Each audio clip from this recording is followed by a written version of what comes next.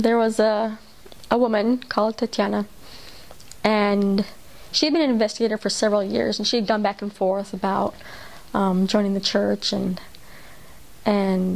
she wasn't sure if she wanted to join our church or the Seventh-day Adventist church. Anyway, so we started teaching her, and she had a job that was, you know, she had to work on Sunday, so she wasn't able to come to church. And my companion and I, we told her, let's see how we got this, how it went. There were several steps to this process. I can't exactly remember them all.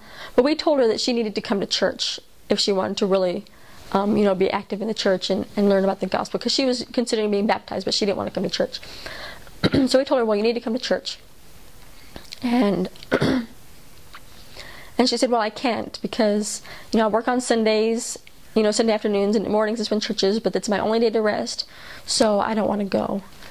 And we said, well, you know, God, do you believe that God wants you to go to church? And she said, yeah, he probably does. But she still just wouldn't come. And so she actually got fired from her job. So she had no work. And we were like, oh, well, great. Now she can come to church on Sundays.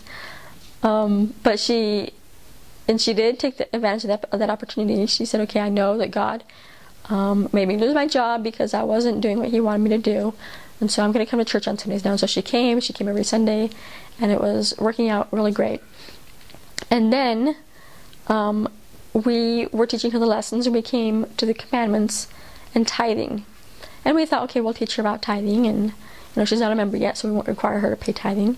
But then in the lesson, I actually told her that if she would pay tithing, she would get a new job.